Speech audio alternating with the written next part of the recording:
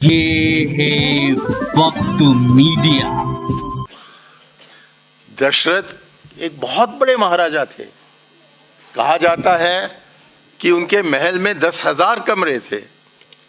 तो कौन जानता है कि कौन सा कमरा कहां था। इसलिए ये कहना कि क्योंकि हम सोचते हैं कि हमारे भगवान राम यहीं पैदा हुए थे और इसीलिए वहीं बनाना है, और क्योंकि एक मस्जिद है वहां, उसको हम पहले तोड़ेंगे और उसके जगह हम बनाएंगे। हम ये कहें कि क्या अल्लाह में भरोसा रखना कोई गलत चीज है हिंदुस्तानी के लिए?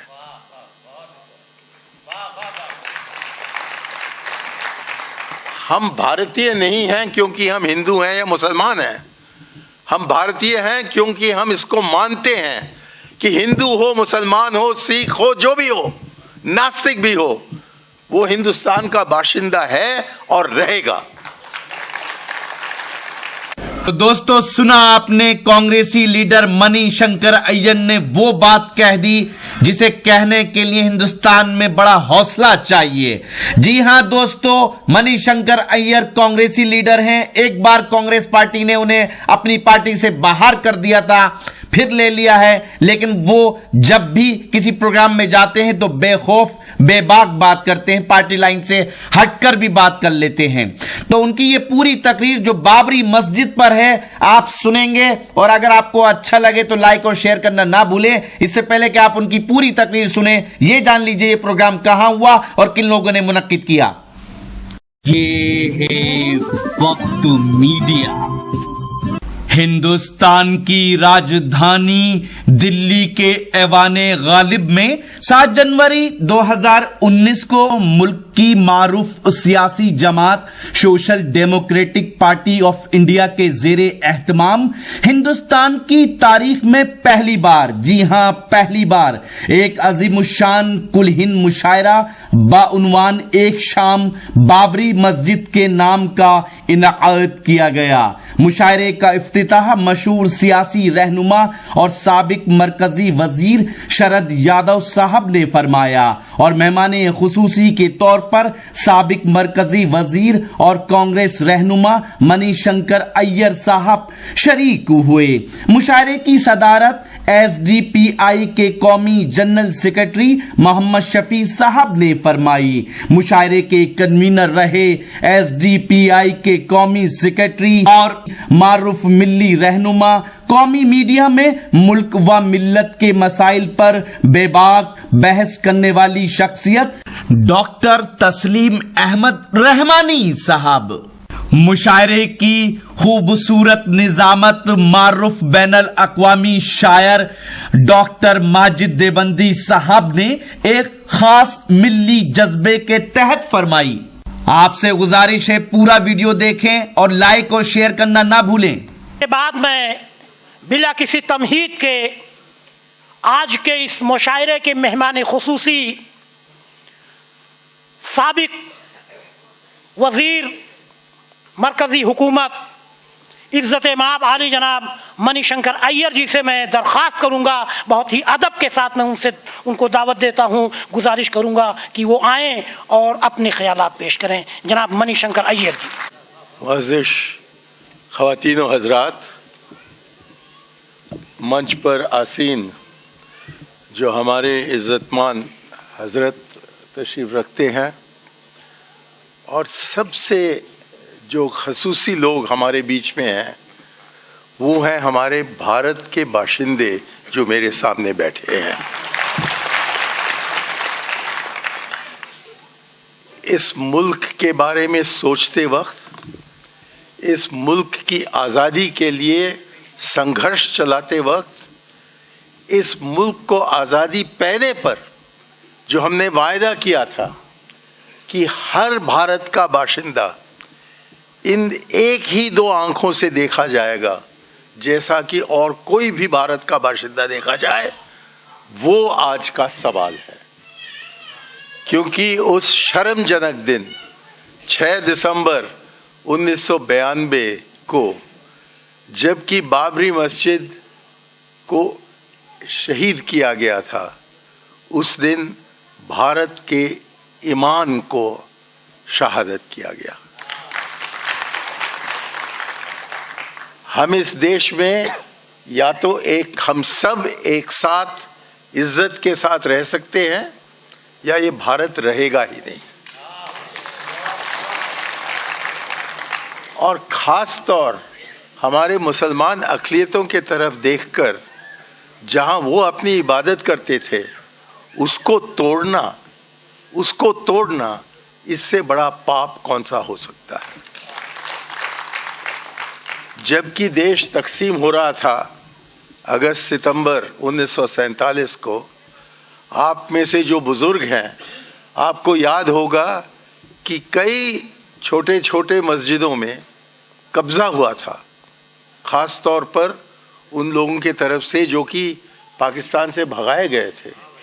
गांधी जी तब उठे और उन्होंने कहा कि किसी भी मस्जिद को आप अपने कब्जे में नहीं ले सकते हो, ये अल्लाह का है, ये मुसलमानों का है, ये भारत की अक़लियतों का है, वापस करो, एकदम वापस करो।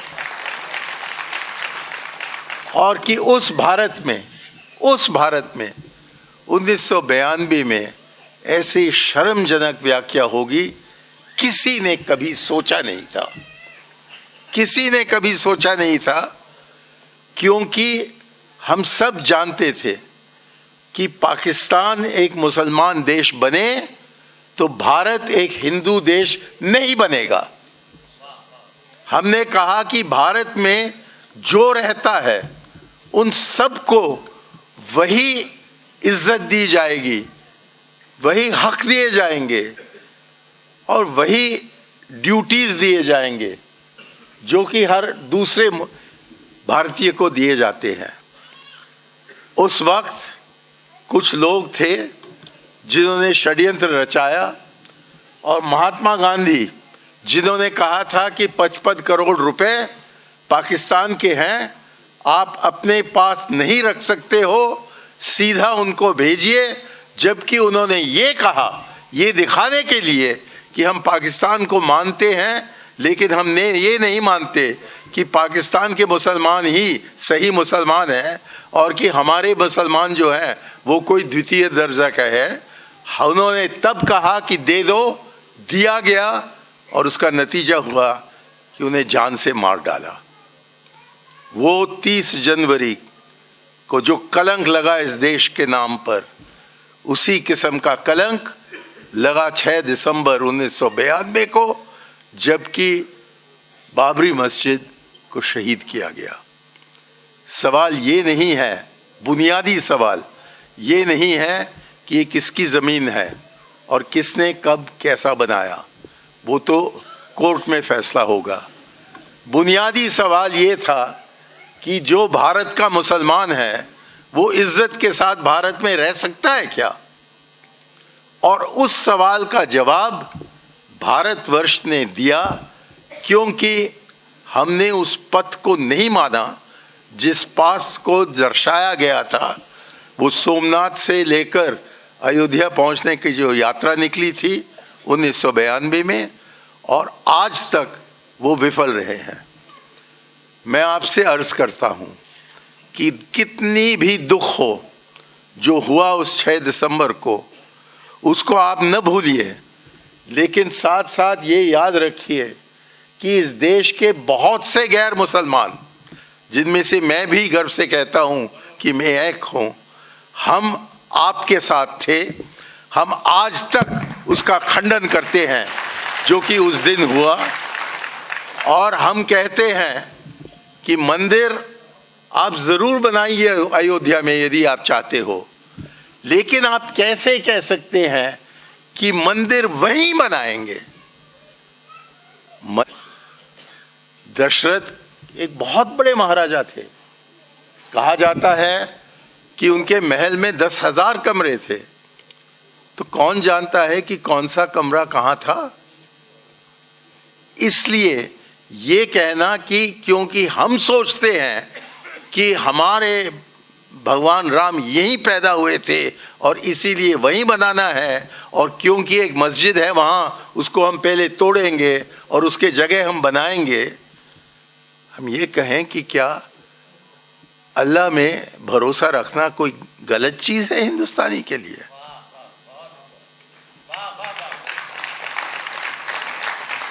हम भारतीय नहीं हैं क्योंकि हम हिंदू हैं या मुसलमान हैं।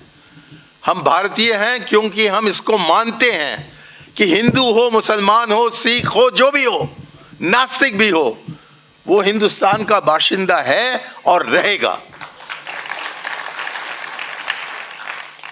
आज के दिन आप इस्लाम का कल्पना नहीं कर सकते हो भारत छोड़कर, और भारत छोड़कर आप इस्लाम का कल्पना नहीं कर सकते हो। यहां रहते हैं दुनिया के दूसरी आबादी मुसलमानों की। यहां जो तकसीम हुआ 1947 में, वो भारत का तकसीम नहीं था, वो मुसलमान कौम का तकसीम था। 3 हिस्से में बांटे गए, 20 करोड़ पाकिस्तान में, 20 करोड़ हिंदुस्तान में, और 1971 के बाद 20 करोड़ वहां बांग्लादेश में। 60 करोड़ मुसलमानों का कौम होता यहां हिंदुस्तान में यदि भारत का तकसीम नहीं होता। और 60 करोड़ मुसलमानों की आवाज कौन उसकी उपेक्षा कर सकता था?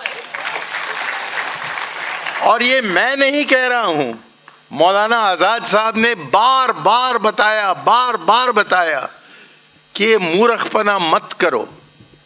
वो जामा मस्जिद गए उसी सितंबर महीने में जबकि कत्लेआम हो रहा था मुसलमानों का यहां दिल्ली में, और उन्होंने बताया कि मैंने आपसे कहा था ना, क्यों मेरी बात नहीं सुने? खैर, जो हुआ सो हो गया। पाकिस्तान बन गया है और उसका दास्तान अलग है। आप सबको, और यदि 1947 में आप पैदा नहीं थे तो आपके जो पूर्वज थे उनको मौका दिया गया था भारत छोड़कर पाकिस्तान जाने का। मुझको वो मौका नहीं दिया गया, मात्र हमारे मुसलमानों को मौका दिया गया कि वो भारत को छोड़े और पाकिस्तान जाएं। कुछ लोग गए, बाकी जो यहां रहे उन्होंने अपना वफादारी दिखाया हिंदुस्तान के प्रति। 1947 में बता दिया कि इसके बावजूद कि पाकिस्तान बन रहा है मुसलमानों के लिए, हम समझते हैं कि हमारा देश यहां भारतवर्ष है, यहां हम रहेंगे, यहां हम मरेंगे, और हमारा दास्तान जो है वो इस भारतवर्ष से जुड़ा हुआ है। ये आपने कहा, और आज के दिन शक निकाल कर लगाना और प्रश्न चिन्ह लगाना आप पर, इससे बड़ा पाप कुछ हो सकता है क्या? ये एक इमारत की शहादत नहीं थी, ये हमारे सम्मान की शहादत थी। हमने कहा था, हमारे संविधान को तोड़ा गया उस दिन। हमने जो वायदा किया था अपने ही लोगों को, उस वायदा को बर्बाद करने के लिए कुछ लोग निकले। लेकिन हिम्मत कीजिएगा, क्योंकि भारत के जो हिंदू हैं उनमें से एक बहुत बड़ी बहुमत, शायद 80% आपको अपना भाई और बहन समझते हैं।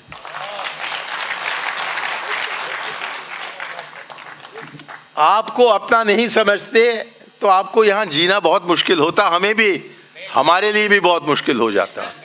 लेकिन भारत बना है और भारत आगे बढ़ रहा है क्योंकि हम सब भारतीयों को समान समझते हैं, एक ही समझते हैं।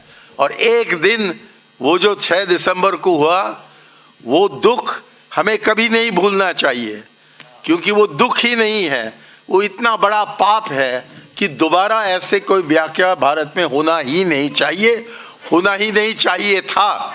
हुआ, उसको रोकना हमारा काम था। जब मैं कहता हूं हमारा, क्योंकि मैं कांग्रेस का था और उस दिन कांग्रेस की सरकार थी, और नरसिम्हा राव जी ने वो कदम नहीं उठाए जिनको कि उनको उठाना चाहिए था। और क्या करें, गलती तो हर आदमी के तरफ से होता है, और ये मैं मानने को तैयार नहीं हूं कि उस दिन के लिए कोई भी कुछ भी एक्सक्यूज बनाकर कहें कि ये वजह है वो वजह है।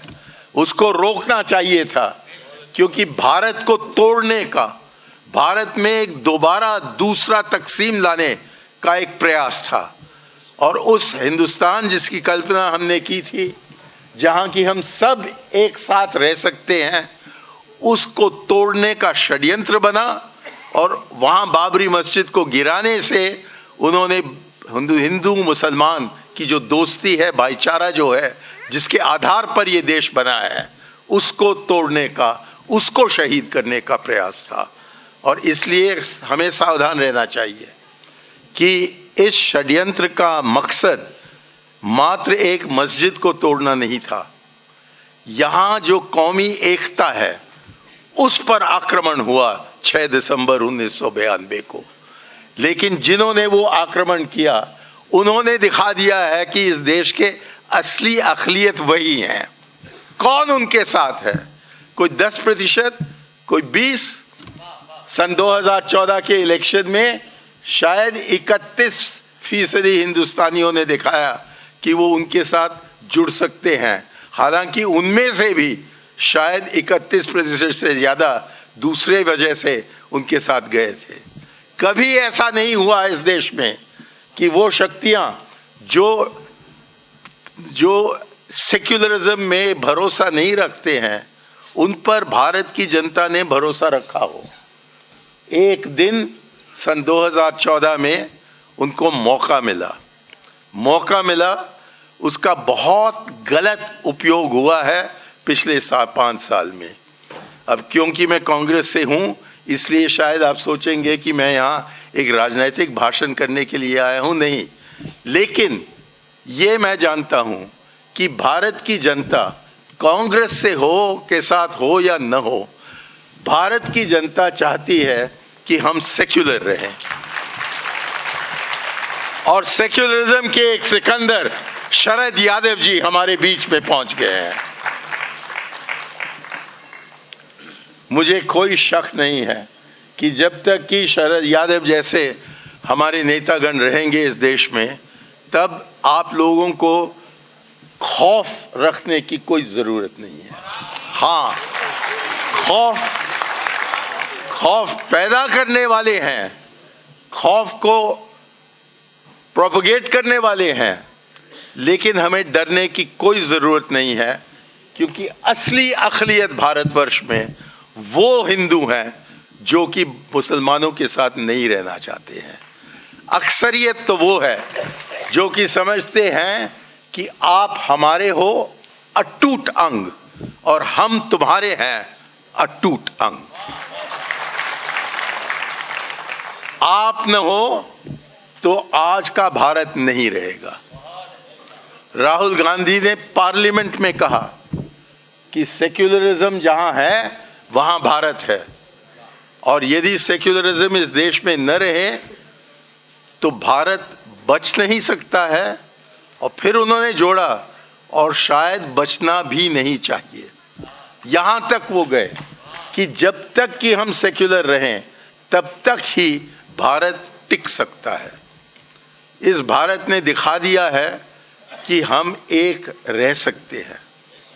हमारी आपसी भाईचारा है। और अब मेरा समय खत्म हो गया है, लेकिन आपका समय शुरू हो रहा है। मुझे कोई शक नहीं है कि हम एक साथ रहेंगे, एक साथ बढ़ेंगे, और यदि किसी ने हमें जुदा करने के प्रयास किया तो हम उनको शिकस्त देंगे और हम दिखा देंगे कि हम उस भारत के वारिस हैं जिसने सोचा था कि अशोका भी हमारा है, कि बौद्ध भी हमारा है, कि महावीर जैन भी हमारे हैं, जिन्होंने सोचा कि अल्लाह ताला भी हमारा है, और जिसने सोचा कि जो गुरु हैं वो भी हमारे हैं। ये भारत हम सबका है, और किसी एक का न रहे तो भारत नहीं रहेगा। आप बेफिक्र रहिए, शरद जी हैं, उनके पीछे मैं भी एक छोटा सा कार्यकर्ता हूं, मैं उनके पीछे चलूंगा।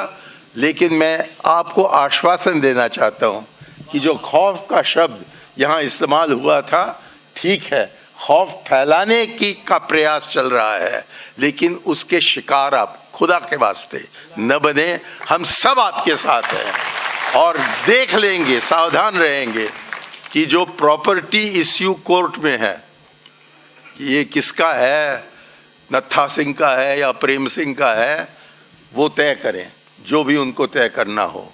ज़रूरी चीज़ ये है कि हम भारत को एक रखें, और यदि कोर्ट का फैसला ऐसा हो कि आपको असंतुष्टता हो तो उस पर हम बात करेंगे, आपसे बात करेंगे, देखेंगे कि क्या हल निकल सकता है। लेकिन अब तक मैं अपने जो अदालतें हैं उस पर भरोसा रखने के लिए मैं तैयार हूँ। मैं समझता हूँ कि न्याय का मतलब हम भूलेंगे नहीं, और उस न्याय को हम सबको मिलेगा, आपको ही नहीं, हम सबको मिलेगा, जो भी फैसला हो वहाँ से। और यदि उसको हम मानते नहीं हैं तो बहुत से तरीके हैं कि उस नए परिस्थिति का सामना करें। तो बहुत बहुत शुक्रिया, आपने मुझे बहुत इज्जत अफजाया कि आपने मुझे यहाँ बुलाया। आप सबको देखकर मुझे अत्यंत खुशी हो रही है, लेकिन ख़ास तौर इस पर कि हालांकि मैं आपके धर्म का नहीं हूँ एक, तब भी आपने मुझे यहाँ मेहमान खसूसी बनाकर बुलाया है। धन्यवाद आपके भाईचारा के लिए, आपके प्यार के लिए, आपके मोहब्बत के लिए बहुत बहुत बहुत शुक्रिया अदा करता हूँ। आदाब।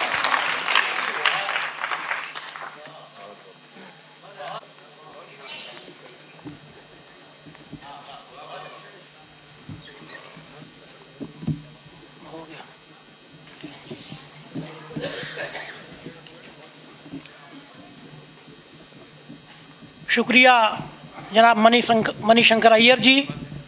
अब इसके बाद मैं आज ही YouTube पर हमारा चैनल वक्त मीडिया ज्वाइन करें। YouTube के सर्च ऑप्शन में जाएं और लिखें WAQT वक्त MEDIA मीडिया, वक्त मीडिया लिखकर हमारे चैनल को सब्सक्राइब करें और घंटी वाला आइकन क्लिक करना ना भूलें, ताकि आपको लेटेस्ट मुशायरे, कवि सम्मेलन, नातिया मुशायरे, जलसे, कॉन्फ्रेंस और दीगर प्रोग्राम की अपडेट घर बैठे मिले। अपने प्रोग्राम की कवरेज वक्त मीडिया के जरिए पूरी दुनिया तक पहुंचाना चाहते हैं तो आज ही हमसे कांटेक्ट करें। हमारा कांटेक्ट नंबर है 9997640286। आप चाहें तो SMS भी कर सकते हैं या WhatsApp भी। मुझे इजाजत दीजिए।